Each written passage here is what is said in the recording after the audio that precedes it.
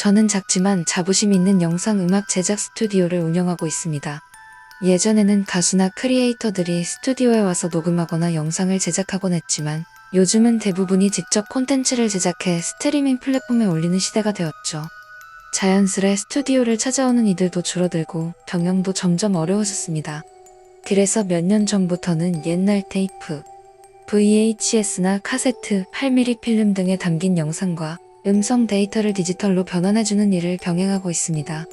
오히려 지금은 이 작업이 스튜디오의 주요 업무가 되어버렸죠.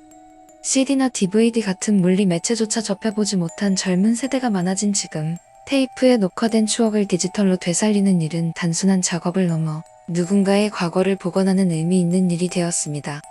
특히 오래된 VHS나 8mm 필름에는 쇼와 시대의 거리 풍경, 가족의 찬란한 모습 같은 역사적 가치가 담겨 있는 경우도 많아 보존의 의미도 큽니다.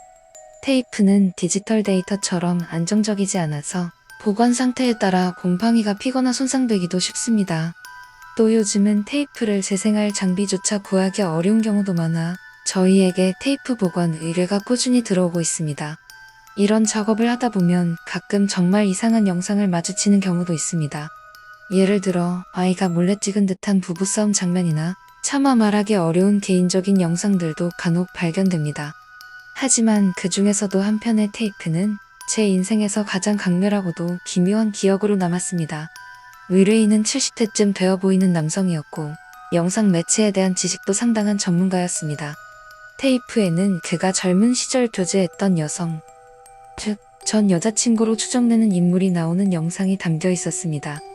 그는 부끄러운 반, 궁금한 반으로 복원을 의뢰했고 저는 영상 복원이 성공했을 때만 비용을 받는 조건으로 맡게 되었습니다. 그날 밤 VHS를 전용 기기에 넣고 재생을 시작했습니다.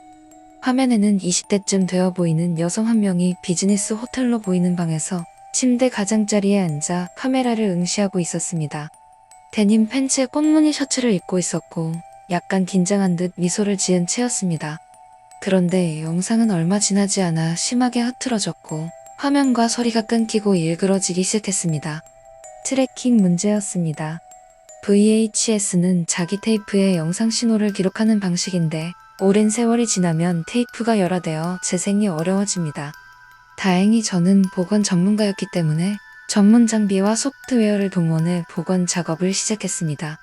복원이 진행되자 영상과 음성이 조금씩 살아나기 시작했죠. 여성은 일상적인 이야기를 하며 웃고 있었고 당시 유행하던 밴드의 공연 얘기도 했습니다.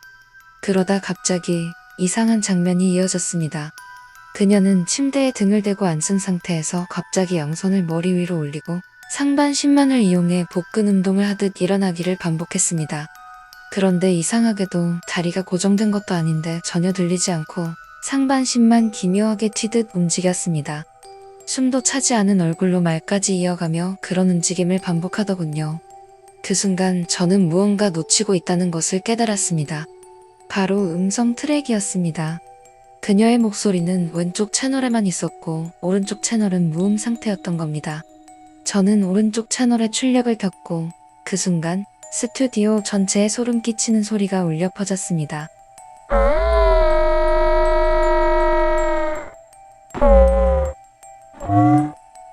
사람의 비명이었지만 뭔가 수중에서 들리는 듯한 강하게 왜곡된 다중 녹음된 듯한 기괴한 소리였습니다. 그 소리에 순간 심장이 멎는 줄 알았습니다.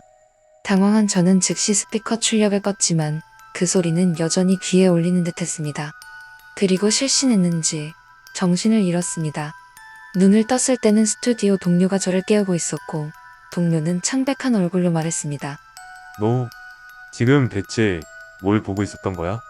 모니터에는 여전히 호텔의 침대가 비춰지고 있었지만 그곳에는 이제 여성이 없었습니다. 대신 완세 자세로 누운 인형 같은 형체와 붉고 검은 얼룩이 흰 시트에 남아있었죠. 그 얼룩은 침대에서 바닥 카펫까지 이어져 있었고 분명히 맨발의 발자국처럼 보였습니다. 그래, 그녀는 맨발이었지. 그렇게 나는 흐릿하게 기억하며 그날의 사건을 동료에게 설명했습니다. 하지만 테이프를 다시 재생해도 이상한 여성이 나오는 장면은 사라지고 흐릿한 얼룩만이 남은 영상만 반복되었습니다. 녹화는 중간에 뚝 끊기듯 끝나 있었고요. 동료는 짧게 말했습니다. 그런 일도 있을 수 있지. 그 한마디에 저도 더는 그 테이프에 대해 생각하지 않기로 했습니다.